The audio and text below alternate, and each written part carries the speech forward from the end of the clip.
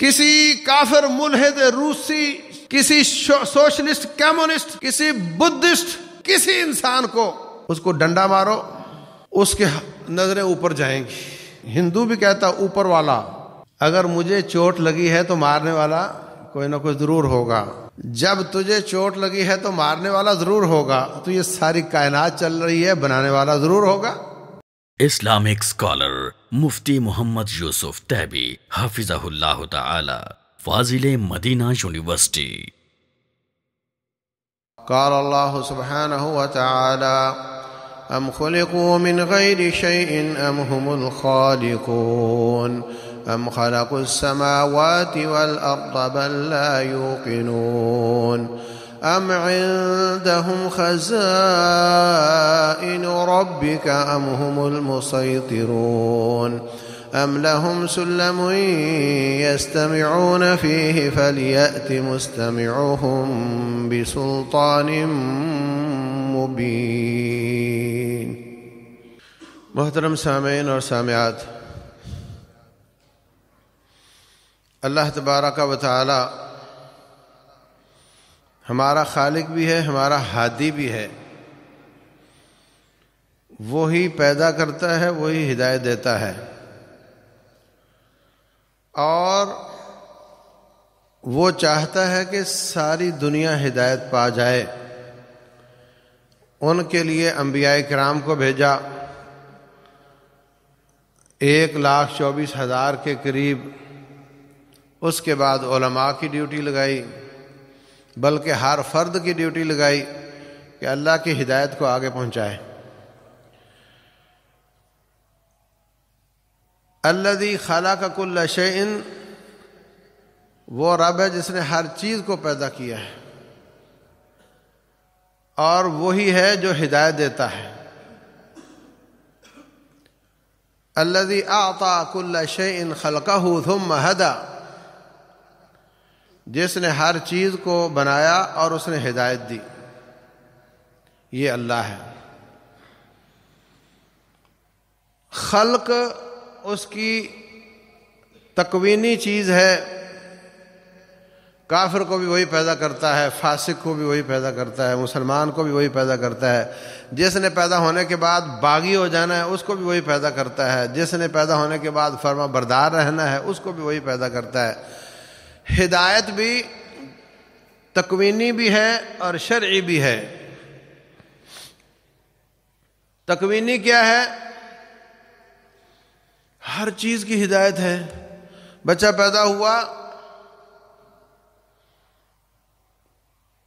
ماں کی طرف لپکتا ہے، منہ کو دودھ لگاؤ تو چوسنے لگ جاتا ہے، یہ ہدایت ہے۔ وَهَدَيْنَاهُ النَّجْدَيْنِ، یہ ہدایت ہے۔ اس کو کس نے سمجھایا کہ منہ ہلانا ہوتا ہے اور اس سے کوئی چیز نکلتی ہے اور اس سے تیرا پیٹ پورا ہوگا؟ یہ ہدایت ہے۔ ہر چیز میں ہدایت ہے۔ آپ دیکھیں مکڑی کس طرح جال بناتی ہے، کیسے پیمائش کرتی ہے، بالکل میتھمیٹکس کے قوانین کے مطابق اس کا جالا ہوتا ہے، اور پھر وہ انتظار کر کے وہاں شکار کرتی ہے۔ آپ دیکھتے ہیں بجڑا چڑا وہ کیسے اپنا گھونسلہ بناتا ہے، کیسے تنکے اٹھا کر لا کر کیسے بھونتا ہے اس کو باقاعدہ۔ سبحان اللہ، یہ سب ہدایت ہے۔ ماں کیڑا لے کر آتی ہے تو چڑیا کے بچے کیسے منہ کھول لیتے ہیں؟ ان کو کس نے بتایا کہ منہ کھولنا ہوتا ہے اور کوئی اماں کچھ لا کر دے گی؟ سبحان اللہ، ماں کو دیکھ کر وہ چیخنا شروع کر دیتے ہیں۔ یہ سب ہدایت تکوینی ہے۔ اور ایک ہدایت شرعی ہے کہ جس رب کی نعمتیں ہیں اسی رب کی عبادت کی جائے، یہ ہدایت شرعی ہے۔ تو میرے عزیز بھائیوں، اللہ تبارک و تعالی خالق اور ہادی ہے۔ اس نے کائنات کو بنایا بھی ہے اور وہ ہدایت بھی دیتا ہے۔ اور چونکہ شرعی ہدایت اس میں انسان کی ہمت کا بھی دخل ہوتا ہے، اس کے عزم کا بھی دخل ہوتا ہے، اس لیے یہ سب کو نہیں دیتا۔ پیدا کرنا یہ عام ہے سب کے لیے، ہدایت روٹی پانی کی ہدایت یہ سب کے لیے ہے،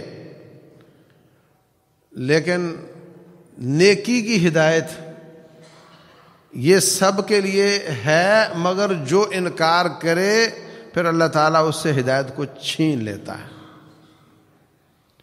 جو بے قدری کرے، جو غفلت کا برتاؤ کرے، پھر اللہ تعالیٰ اس کو ہدایت نہیں دیتا۔ جو غفلت کا برتاؤ کرے اس سے رزق نہیں روکتا، اس سے اولاد نہیں روکتا، اس سے ہدایت روک لیتا ہے۔ کافروں کو بھی بچے وہی دیتا ہے، کافروں کو روٹی بھی وہی دیتا ہے، مگر جو ہدایت کی ناقدری کرے اس کو ہدایت روک لیتا ہے۔ میرے عزیز بھائیوں، عیسائیت، یہودیت، ان کی کتابوں میں ان کے فلسفیوں نے تبدیلیاں کی،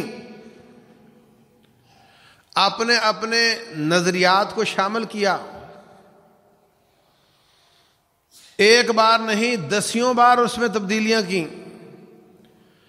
اب تورات اور انجیل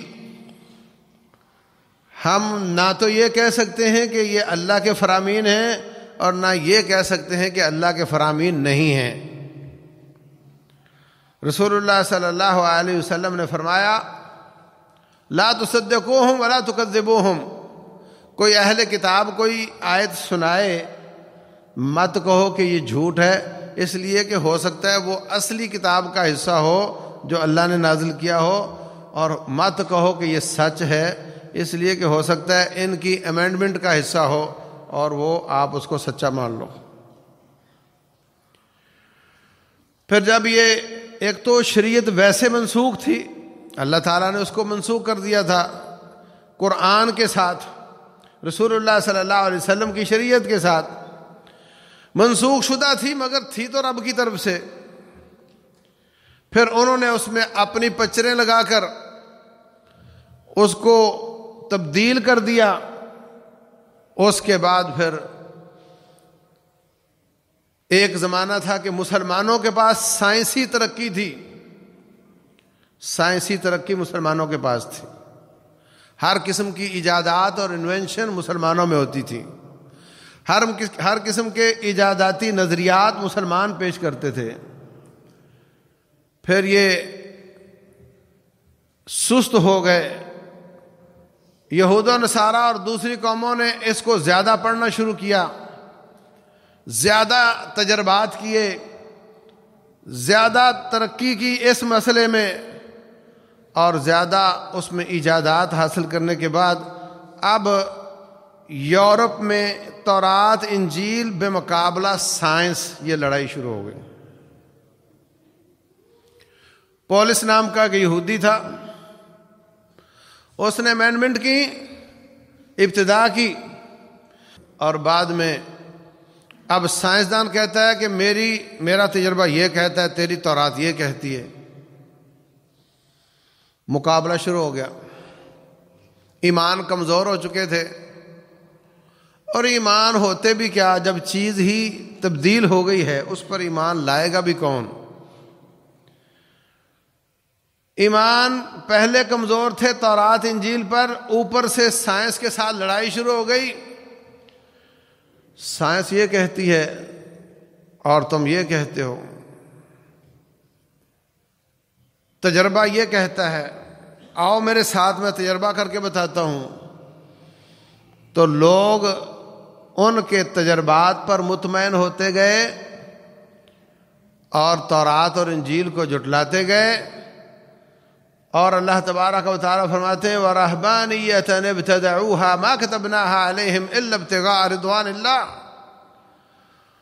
انہوں نے ترک دنیا کو اپنا دین بنا لیا تھا، ہم نے نہیں کہا تھا، خود انہوں نے اپنے اوپر پابندیاں لگائی تھیں۔ تو اب ایسا معاشرہ جس میں کسی قسم کی پابندی نہ ہو، مردوں عورتوں کے اختلاط کی پابندی نہ ہو، شراب بدکاری کی پابندی کوئی نہ ہو، اور اوپر سے مولوی صاحب یہ کہیں کہ تم ساری کائنات کو چھوڑ کے ترک دنیا کر کے راہب بن جاؤ، ایک طرف سے بے حیائی عام ہو اور دوسری طرف حلال نکاح کی بھی اجازت نہ ہو، تو پھر اس عیسائیت کو کون مانے گا؟ نتیجہ یہ نکلا کہ عوام کھڑی ہو گئی عیسائیت کے خلاف۔ اب عیسائیت چھوڑے تو مسلمان ہو جائیں، نہیں، مسلمان بھی نہیں ہونا، عیسائیت بھی چھوڑ دی۔ الحاد کا ایسا ریلا چلا کہ انہوں نے بیچ کی رائے یہ نکالی کہ یا تو چھوڑو عیسائیت، اسلام کچھ بھی نہیں، اللہ کا بھی انکار کرو نعوذ باللہ اور ملحد بن کر جیو، یا پھر یہ شکل ہے کہ عیسائیت کو رکھو کنیسے کی چار دیواری میں اور باہر کسی جگہ پر عیسائیت کا کوئی عمل دخل نہ ہو۔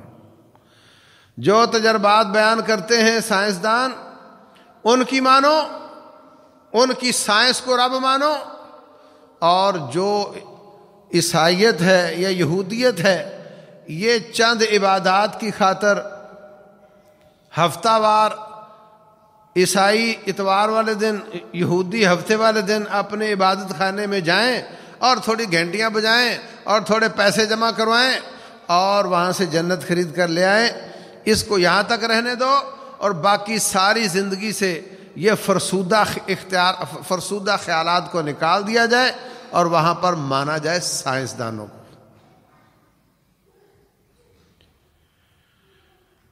اس طریقے سے عیسائی مذہب کا صفایا ہوا۔ اب انہوں نے رکھا ہوا ہے، کنیسے کی حد تک ہے، اور صرف یہ کہ ہم نے اس کو پروان چڑھانا ہے۔ ہیں وہ زائنسٹ، ہیں وہ رب کے منکر، ڈالر پر لکھتے ہیں وی بلیو ان گاڈ، مگر وہ ہمارے رب کو گاڈ نہیں کہتے، وہ نہ جانے کس کو کہتے ہیں، اور صاف اس کا اقرار کرتے ہیں کہ جو آسمانوں کا مالک، کائنات کا مالک ہے، وہ ہماری مراد نہیں ہے۔ کبھی کہتے ہیں 3 رب ہیں، حضرت عیسیٰ اور ان کی والدہ اور رب ذوالجلال کو نعوذ باللہ، اور کہتے ہیں دیکھنے میں 3 ہیں، حقیقت میں 1 ہیں۔ پھر ان سے پوچھو کہ ان میں بڑا کون ہے؟ کہتے ہیں سارے بڑے ہیں۔ پھر ان سے پوچھو ان میں پہلے کون تھا؟ کہتے ہیں سارے پہلے تھے۔ اچھا پھر یہ کتنے ہیں؟ بولے وہ 1 ہے، ہیں وہ 3 مگر وہ 1 ہے۔ یہاں تک عیسائیت پہنچی۔ اب اللہ تبارک و تعالیٰ نے قرآن جو نازل کیا، تمام آسمانی کتابیں پرفیکٹ ہیں، وہ سب رب کی باتیں ہیں اور وہ حقیقت ہیں۔ کائنات کے تجربات وہاں تک جائیں یا نہ جائیں، وہ حقیقت ہے۔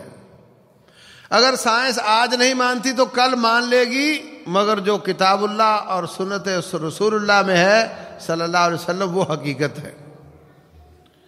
اس لیے کہ نہ رب ذوالجلال کے قرآن میں کسی قسم کی تبدیلی آ سکی ہے اور نہ احادیث مصطفیٰ میں کسی قسم کی تبدیلی آ سکی ہے۔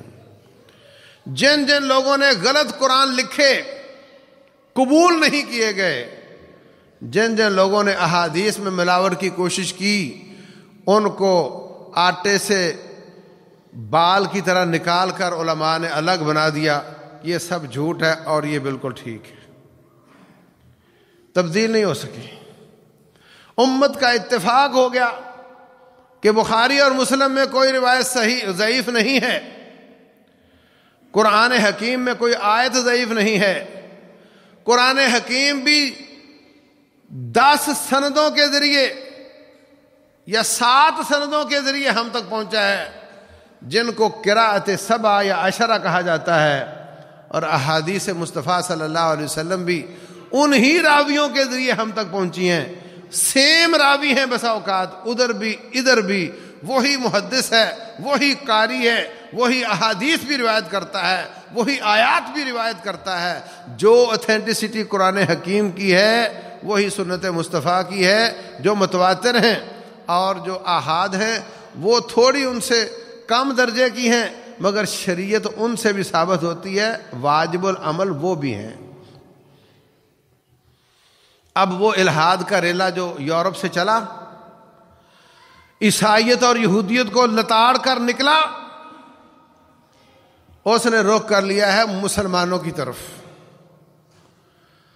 آگے ہے قرآن حکیم۔ ہم تو بڑے کمزور ہیں، طالب علم لوگ، علماء لوگ بھی کمزور ہیں، اور جو عوام ہے وہ بھی بہت ہی کمزور ہیں۔ پہلے اس قوم کو بے حیائی کی دیگ میں گلایا گیا، جہالت کے دیگچے میں پکایا گیا، سود کی آگ پر تپایا گیا۔ جب ایمان کمزور ہو گئے، علم سے دور ہو گئے، تو اب وہ آ گئے ہیں صفائی کرنے کے لیے۔ وہ ملحد جو وہاں تھے، جو وہاں کے نظریات تھے، وہ وہاں سے پڑھ کر آنے والے لوگ ہماری کالج یونیورسٹیوں میں بیٹھ کر ہمارے بچوں کو وہی الحاد سکھا رہے ہیں جس کے ذریعے انہوں نے عیسائیت اور یہودیت کو لتاڑ دیا تھا۔ آپ کو شاید اس کا احساس نہ ہو، یہ جو طالب علم یونیورسٹیوں میں پڑھتے ہیں ان کو بہت احساس ہے، اور اگلے 20 سالوں میں وہ نتائج نکلنے کا خطرہ ہے جو اس وقت یونیورسٹیوں میں پڑھایا جا رہا ہے۔ ہم تو یہاں اختلاف کر رہے تھے کہ نماز پڑھنے میں ہاتھ کہاں باندھنے ہیں، ہم تو اس پر مناظرے کرتے تھے کہ ہاتھ رکوع سے پہلے اور بعد میں کھڑے کرنے ہیں یا نہیں کرنے۔ ہم تو یہاں کھڑے تھے کہ نبی صلی اللہ علیہ وسلم کی جنس کیا ہے، کیا وہ نعوذ باللہ رب ذوالجلال کا حصہ ہیں، یہ آدم علیہ السلام کی اولاد سے ہیں۔ لیکن ادھر سے ایسی لہر آئی ہے کہ بے شمار کمیونٹیز وہ اس کی زد میں آ چکے ہیں، اور بہت زیادہ آپ کی تنخواہوں پہ پلنے والے، آپ کی تنخواہوں سے فیسیں دینے والے طالب علم اور طالبات اس کا شکار ہو چکے ہیں اندر سے، اور ظاہر نہیں کر سکتے، ان کو پٹائی کا خطرہ ہے، مگر اندر سے وہ ملحد اور کافر ہو چکے ہیں، اور وہ سمجھتے ہیں کہ ظاہر کرنے کا فائدہ کوئی نہیں، نماز نہ پڑھو تو بھی مسلمان، پڑھو تو بھی مسلمان۔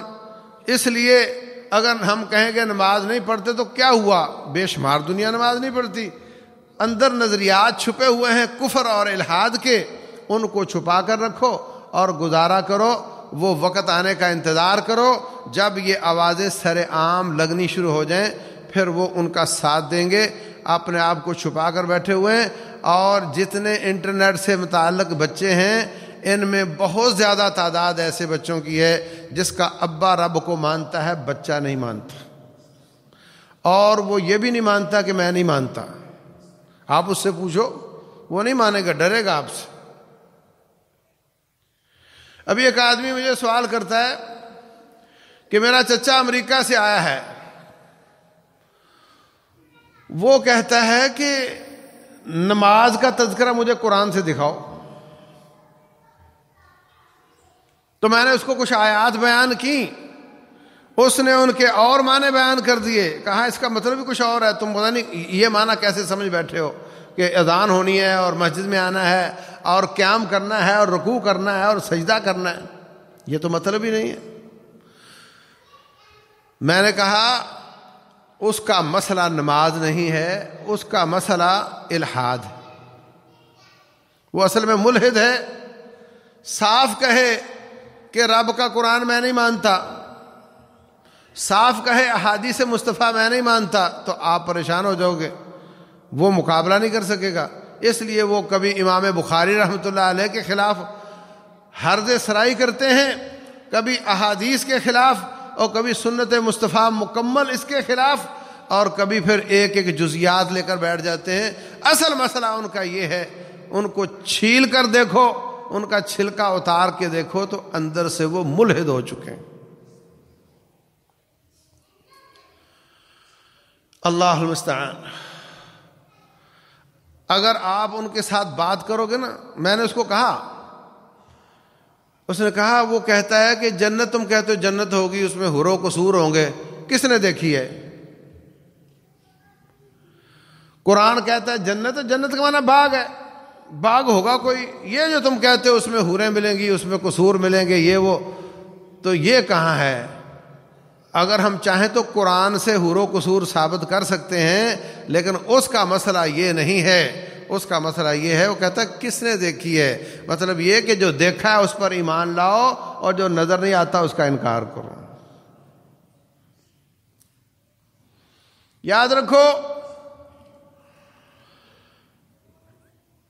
عقل کی جہاں انتہا ہوتی ہے وہاں سے ایمان کی ابتدا ہوتی ہے، اور سائنس عقل کے ساتھ چلتی ہے، جہاں عقل کی انتہا ہوتی ہے وہاں سائنس کی بھی انتہا ہو جاتی ہے۔ سائنس عقل سے آگے نہیں جا سکتی۔ ایک ہوتی ہے نظر اور ایک ہوتی ہے روشنی۔ دیکھنے کے لیے روشنی بھی ضروری ہے اور نظر کی درستی بھی ضروری ہے۔ روشنی مکمل ہو مگر یہ نابینا ہو تو کچھ نہیں دیکھ سکتا، روشنی نہ ہو مگر اس کی آنکھیں درست ہوں تب بھی اس کو کچھ نظر نہیں آئے گا۔ روشنی کا درست ہونا بھی آنکھوں کا درست ہونا دونوں ضروری ہیں۔ انسان کا دل آنکھیں ہیں اور شریعت اسلامیہ نور ہے، شریعت کے نور میں اس کا دل سوچتا ہے تو اس کو راستہ نظر آتا ہے۔ اگر یہ صرف سوچے سوچے عقل ہی دوڑاتا رہے، شریعت سے روشنی نہ لے تو یہ بھٹک جائے گا، اس کو کچھ نظر نہیں آئے گا۔ اور اگر یہ شریعت اسلامیہ سے روشنی تو لے مگر اپنے دل کو حرکت میں نہ لائے، اس سے سوچ و بچار نہ کرے، غور و فکر نہ کرے، تو بھی یہ گمراہ ہوگا۔ لہم قلوب لا یعقلون لا یفقہون بہا۔ اللہ فرماتے ہیں یہ وَلَقَدْ ذَرَأْنَا لِجَهَنَّمَ كَثِيرًا مِنَ الْجِنِّ وَالْإِنسِ، ہم نے جہنم کے لیے بہت زیادہ لوگ پیدا کیے ہیں جن کی آنکھیں ہیں مگر دیکھتے نہیں، کان ہیں مگر سنتے نہیں، ہاتھ ہیں مگر پکڑ نہیں سکتے، دل ہیں مگر سوچ نہیں سکتے۔ اولئک کالانعام، یہ جانوروں کی طرح ہیں، بل ہم اضل، بلکہ جانوروں سے بھی زیادہ گمراہ ہیں۔ اس لیے کہ اللہ تعالیٰ کے نور کے ساتھ اپنے دل کو استعمال نہیں کرتے، اپنی عقل کو استعمال نہیں کرتے، بلکہ یا اکیلی عقل کے گھوڑے دوڑاتے ہیں یا پھر آسمان سے نور لیتے مگر اس پہ غور نہیں کرتے۔ تو یہ مقابلہ پہلے دن سے چلتا آ رہا ہے۔ یاد رکھیں، اللہ تبارک و یہ آہستہ آہستہ پہلے کہے گا نماز کہاں لکھی ہے، پھر کہے گا جنت کہاں ہے، کس نے دیکھی ہے، پھر آہستہ آہستہ جب اس کو کوئی کہے گا جی قبر کے عذاب کو میں نہیں مانتا، میں اس کو کہتا ہوں تیرا مسئلہ قبر کا عذاب نہیں ہے، تیرا مسئلہ یہ ہے کہ قرآن کے علاوہ کوئی چیز ایتھینٹک ہے یا نہیں۔ تو دراصل سنت کا انکار کرتا ہے، ورنہ سنت میں تو بالکل واضح لکھا ہوا ہے۔ رسول اللہ صلی اللہ علیہ وسلم فرماتے ہیں جب انسان قبر میں جاتا ہے، یاتیہ ملکان فیقعدانہ، دو فرشتے آ کر کے اس کو اٹھا لیتے ہیں، یعاد الیہ روحہ، روح لٹا دی جاتی ہے، اچھے جواب دے تو جنت کی طرف کھڑکی کھول دی جاتی ہے، برے جواب دے یا جواب نہ دے سکے تو جہنم کی طرف کھڑکی کھول دی جاتی ہے۔ احادیث میں تو یہ ہے تیرا تو عذاب قبر کا منکر نہیں ہے، تو حقیقت میں سنت کا منکر ہے۔ تو وہ کبھی سنت کا انکار کریں گے یا چھوٹی چھوٹی چیزوں کا انکار کریں، نتیجہ وہی ہوگا۔ اگر ان کی چھلکا اتارو تو وہ قرآن کے بھی منکر ہی نظر آئیں گے، اگر کاٹ ذرا گہرا لگاؤ تو وہ رب ذوالجلال کے بھی منکر ہی نظر آئیں گے۔ اس لیے کہ جب آپ یہ کہتے ہو کہ جنت کس نے دیکھی ہے تو پھر یہ بھی کہو نا کہ رب کس نے دیکھا ہے، کیوں مانے؟ نبی صلی اللہ علیہ وسلم کو کس نے دیکھا ہے، کیوں مانتے ہو؟ تو حقیقت یہ ہے کہ جب یہ سوچ آ جائے کہ جو چیز میرے تجربے میں ہوگی اس پر ایمان لاؤں گا، تو وہ عقل کا پرستار ہے، اس کا رب عقل ہے، وہ ملحد ہے، اور جو عقل سے بڑھ کر آسمان کی روشنی میں دیکھتا ہے وہ ایمان لاتا ہے۔ جہاں عقل کی انتہا ہوتی ہے وہاں ایمان کی ابتدا ہوتی ہے۔ اللہ تبارک و تعالی کا وجود فطرت کا تقاضا ہے۔ کسی کافر، ملحد، روسی، کسی سوشلسٹ، کمیونسٹ، کسی بدھسٹ، کسی انسان کو اس کو ڈنڈا مارو، اس کے نظریں اوپر جائیں گی، نظریں اس کی اوپر جائیں گی۔ ہندو بھی کہتا اوپر والا، اوپر والا، وہ بھی مانتا ہے۔ یہ فطرت کا تقاضا ہے۔ ڈنڈا مارو، وہ گھوم کر دیکھے گا کس نے مارا۔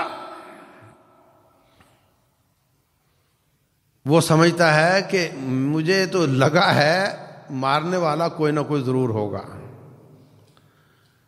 اگر مجھے چوٹ لگی ہے تو مارنے والا کوئی نہ کوئی ضرور ہوگا۔ جب تجھے چوٹ لگی ہے تو مارنے والا ضرور ہوگا، تو یہ ساری کائنات چل رہی ہے، بنانے والا ضرور ہوگا۔ یہ سارا کچھ بنانے والے کے بغیر کیسے چل رہا ہے؟ اور تو دیکھتا ہے میں مظلوم ہوں، کاش کوئی میری مدد کرے۔ یہ فطرت کا تقاضا ہے۔ مسلمان کہتے ہیں وہ کائنات کا رب ہے، اس سے مدد مانگی جائے۔ امن یجیب المضطر اذا دعاہ ویکشف السوء، یہ دوسرا پوائنٹ ہے جس سے اللہ تبارک و تعالیٰ کا تصور پیدا ہوتا ہے۔ تیسری بات، ساری کائنات کو جو پیدا کیا ہے، یہ پیدا کیے بغیر کیسے ہو گئی؟ ایک کافر کہنے لگا تمہارا رب کہتا ہے لن یخلقوا ذبابا ولو اجتمعوا لہ، جن کو تم پکارتے ہو وہ تو مکھی پیدا نہیں کر سکتے۔ اس نے گائے کا گوبر اور ادھر ادھر کوئی چیزیں لے کر ڈالیں اور اس سے کافی ساری مکھیاں پیدا ہو گئیں، کافی سارے کیڑے پیدا ہو گئے۔ تو کہنے لگا دیکھو یہ سب میں نے بنائے۔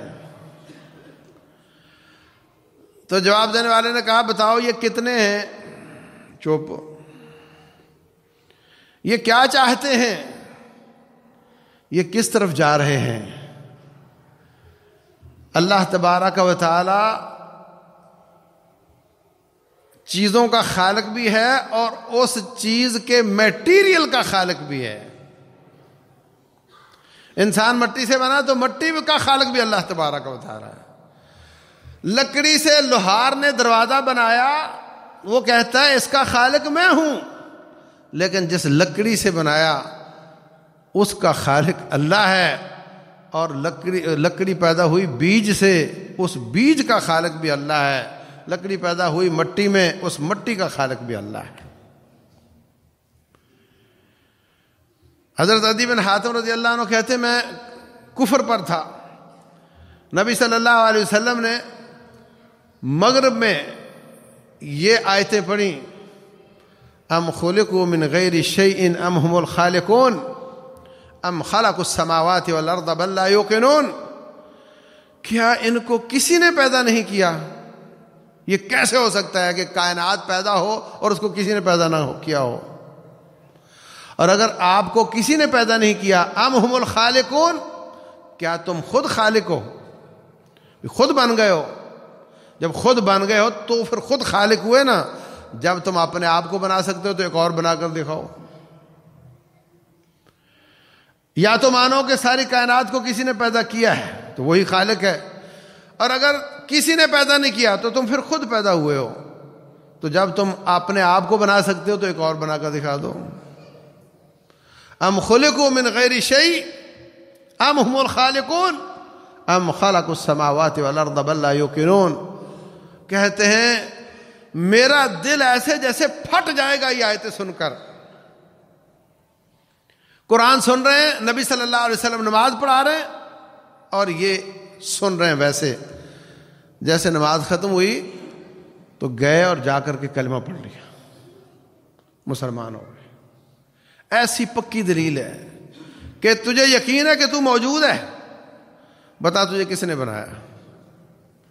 یہاں آ جاتا ہے جی ڈارون یہودی, وہ کہتا ہے جی یہ ایسے ہی ایک چیز تھی اور اس نے ایسے ہی ہلنا شروع کر دیا, اور ایسے ہی ہلتے ہلتے اس کے جو کمزور حصے تھے وہ گھس گئے, اور باقی جو تھے نا وہ پاؤں بن گئے تو وہ کیڑا بن گیا, اور پھر وہ مزید کئی 100 سال 1000 سال گزرے تو وہ جو تھے نا وہ بڑا ہوتا گیا کیڑا, تو آہستہ آہستہ وہ پہلے چاپ چپایا تھا, پھر وہ بندر بن گیا, پھر اس نے پتہ نہیں کیا کیا تو اس کی دم گھس گئی, اور پھر کتنے 1000 سال گزرے تو اس نے شیو کروانی شروع کر دی ہیں تو وہ بن گیا انسان.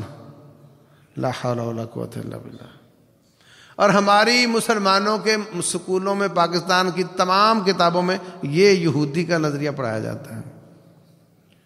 رسول اللہ صلی اللہ علیہ وسلم فرماتے ہیں, بلکہ قرآن میں یا ابلیس ما منعک ان تسجد لما خلقت بیدی, اے ابلیس تو نے اس آدم کو سجدہ کیوں نہ کیا جس کو میں نے 2 ہاتھوں کے ساتھ بنایا. رسول اللہ صلی اللہ علیہ وسلم فرماتے ہیں میں اس وقت بھی اللہ کے علم میں نبی تھا جب آدم علیہ السلام مٹی تھے, یعنی آپ کی نبوت کا اس وقت بھی فیصلہ ہو چکا تھا. اس طرح کی کچھ روایتیں کمزور ہیں, کچھ حسن درجے کی ہیں.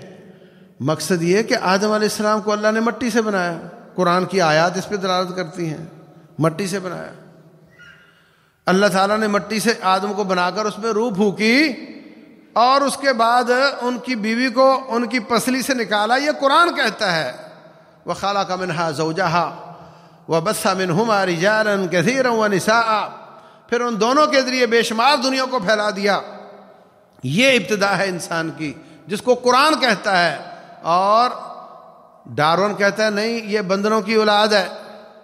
اور مسلمان اپنے نصاب میں بچوں کو یہ پڑھا رہے ہیں کہ یہ بندروں کی اولاد ہے. لا حول ولا قوت الا باللہ. یہودی ان کو اللہ تبارک و تعالی نے ان کے بڑوں کو بندر اور خنزیر بنایا تھا. وَجَعَلَ مِنْهُمُ الْقِرَدَةَ وَالْخَنَازِيرَ وَعَبْدَ الطَّاغُوتِ, ان کو مسخ کر دیا تھا ان کی بدماشیوں کی وجہ سے. تو وہ ہیں یہودی بندروں کی اولاد. مقصد یہ نہیں کہ وہ جو مسخ ہوئے تھے یہ ان کی اولاد ہیں یہ سارے آدم زادے, مگر ان کے بڑے بندر بنا دیے گئے تھے, ان کے بڑے خنزیر بنا دیے گئے تھے. اور اس نے ایسا نظریہ گھڑا کہ مسلمانوں تم کہو کہ ہم بھی بندروں کی اولاد ہیں. تو عزیز بھائیوں, یہ وہ چیزیں ہیں جو اس وقت ہمارے سکولنگ سسٹم کے ذریعے ہمارے عقیدے برباد کر رہی ہیں. اللہ کا وجود فطرت کا تقاضا ہے. اللہ تبارک و تعالی ہر چیز کا خالق ہے. اللہ تبارک و تعالی ہی ہدایت دیتا ہے. ہدایت دینا بھی دلالت کرتا ہے کہ پیچھے کوئی رب ہے. اللہ تبارک و تعالی نے ساری کائنات انسان کے لیے پیدا کی ہے. هو الذی خلق لکم ما فی الارض جمیعا, جو کچھ زمین میں ہم نے تیرے لیے پیدا کیا ہے. اور تو کہتا ہے کہ میں اسی طرح ایک حادثے کے نتیجے میں پیدا ہوا تھا. پیدا کرنے والے کا انکار یہ بہت بڑی مصیبت ہے, بہت بڑا کفر ہے. مکے کے مشرک جن میں رسول اللہ صلی اللہ علیہ وسلم کو بھیجا گیا وہ رب کو مانتے تھے. وَلَئِن سَأَلْتَهُم مَّنْ خَلَقَ السَّمَاوَاتِ وَالْأَرْضِ, زمین و آسمان کس نے بنایا؟ وہ کہتے تھے اللہ نے. اچھا بتاؤ وَمَن يُدَبِّرُ الْأَمْرَ, کائنات کو کون چلاتا ہے؟ وہ کہتے تھے اللہ چلاتا ہے. وہ مشرکین مکہ ہونے کے باوجود اتنا مانتے تھے.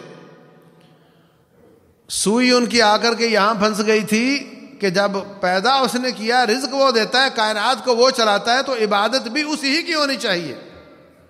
یہاں آ کے وہ رک گئے تھے. اور آج جو الحاد ہماری صفوں میں آ رہا ہے وہ جڑ ہی کاٹ رہا ہے کہ رب کا ہی انکار کر رہے ہیں، نعوذ باللہ. کوئی سنت مصطفیٰ کا انکار کر رہے ہیں، نعوذ باللہ. کوئی نماز روزے کا انکار کر رہے ہیں، نعوذ باللہ. اپنے بچوں پر نظر رکھیں، اپنے بچوں کے نصاب پر نظر رکھیں، اپنے بچوں کے ٹیچروں پر نظر رکھیں. ہمیں ایسی انگریزی میتھ نہیں چاہیے جہاں ہمارا بچہ اسلام سے خارج ہو. اللہ تبارک و تعالی ہم سب کو ہوشیار رہنے کی توفیق دے، سمجھنے اور عمل کرنے کی توفیق دے. واللہ اعلم، صلی اللہ وسلم وبارک علی نبینا.